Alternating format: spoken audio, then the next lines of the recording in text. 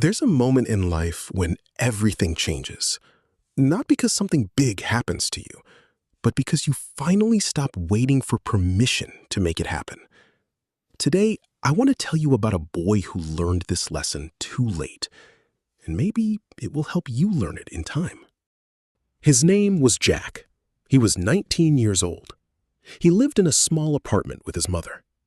Every morning, Jack would wake up and think about his dream. He wanted to be a photographer. He had watched videos online. He knew exactly what to do. But he never started. Why? Because he was waiting for permission. He was waiting for the right time. He was waiting to have enough money for a camera. He was waiting to feel ready. He was waiting for someone to tell him, yes, you can do this. Days became weeks. Weeks became months. Every single day, Jack would say the same things. Tomorrow, I'll start tomorrow. I need to save more money first. I'm not skilled enough yet. Let me learn more. What if I fail? What if people laugh at me? His mother would watch him. She saw him sitting, scrolling through his phone, looking at other photographers' work. One day, she asked him gently, "Why don't you start, Jack?" He looked down. "Mom, I will. Just not now. I need to prepare better." But better never came. Months passed. A year passed. Jack was now 20, then 21. He still had not taken a single photograph. He had not bought a camera. He had not shown his work to anyone. He was still waiting for permission, still waiting for the perfect moment. His room had become a tomb of his own making. The photographs he never took, the life he never lived. One day, his uncle visited. His uncle was old now, almost 70 years old. He was a painter, not a famous one, but he was happy. Jack showed him his photography tutorials, his plans, his dream board. His uncle listened carefully. Then, his uncle asked him a simple question. "Jack, do you see this?" He showed him his hands. They were rough, scarred from years of painting. These hands started empty. I had no permission, no teacher, no money for good paint. I just started with cheap colors and bad paper. I failed thousands of times. But I started. His uncle put his hand on Jack's shoulder. "Do you know what the biggest permission you need is?" Jack shook his head. His uncle leaned closer. "It's the permission from yourself. Not from me, not from your mother, not from the world, from you." The next day, his uncle made an announcement. He was leaving the city, moving back to his village. He would be gone for 6 months. Before he left, he handed Jack something.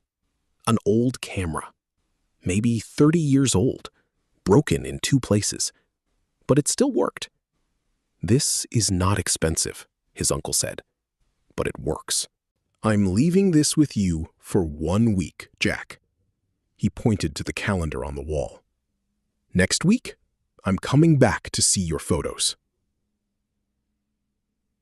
1 week. That's all I'm asking. Jack held the camera in his hands. His heart was racing. This was the moment. Everything felt different now. This was the permission he was waiting for. Finally, someone was telling him to do it. But more than that, he was telling himself.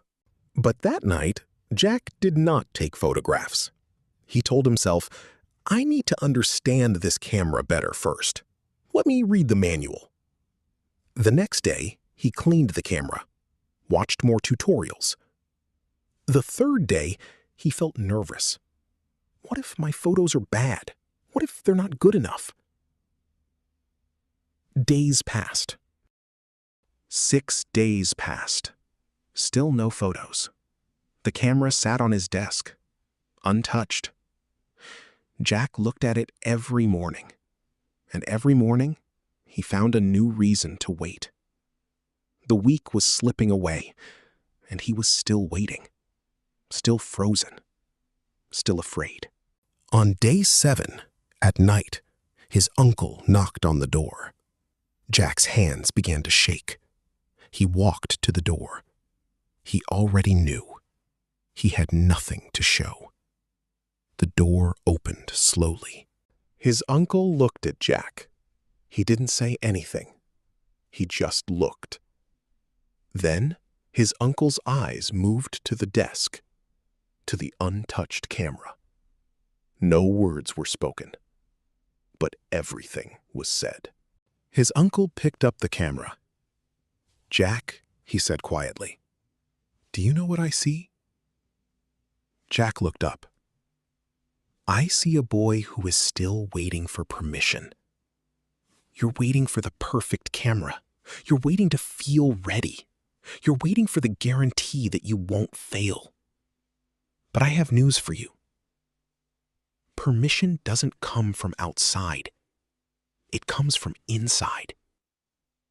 And you know what permission feels like? It feels like fear. It feels like doubt. It feels like not being ready." Long pause. That feeling. That is permission. His uncle's eyes grew wet. "I'm giving you this camera back, Jack. Not for 1 week. Forever. But this time, I'm not asking you to do it. I'm asking you to understand something. Every moment you wait, a part of you dies. Every moment you delay, you're telling yourself a lie. I'm not worthy yet.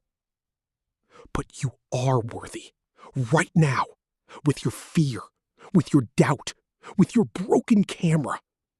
That is exactly when you start." Jack sat alone that night with the camera. He didn't feel ready. He didn't feel confident. His photos would probably be bad. But something had shifted inside him.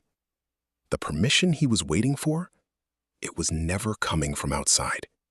It had been inside him all along. He was just too scared to use it.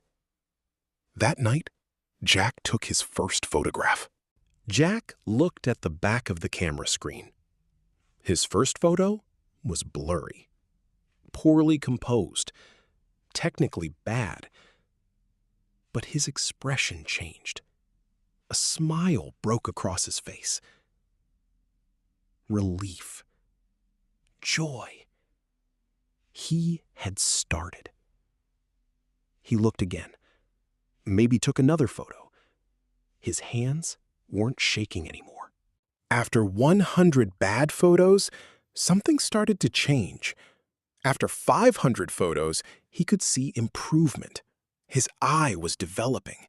His vision was becoming clearer. After a year, people started noticing his work. But the most important thing wasn't the success. The most important thing was this. Jack had finally given himself permission. He looked back at those first photos, the blurry ones, the poorly composed ones, and he smiled. Not in shame, but in recognition of how far he had come. Every bad photo was a step. Every failure was a lesson. Every moment he almost quit was a moment he chose to continue. He had transformed his life, not through perfection, but through permission. When his uncle came to see his work, there were no words needed. The uncle's face said everything. He was proud. Jack was proud. And somewhere in that pride was gratitude for an old man who understood something that took Jack a lifetime to learn. That permission doesn't come from outside. It comes from inside. Now, I want to speak to you directly. You are waiting for something too, aren't you? We all are. You're waiting to start that business. You're waiting to write that book. You're waiting to learn that skill. You're waiting to have that conversation. You're waiting to be worthy enough, to be ready enough, to have permission enough. But here's the truth that Jack learned. Permission is not a gift someone gives you.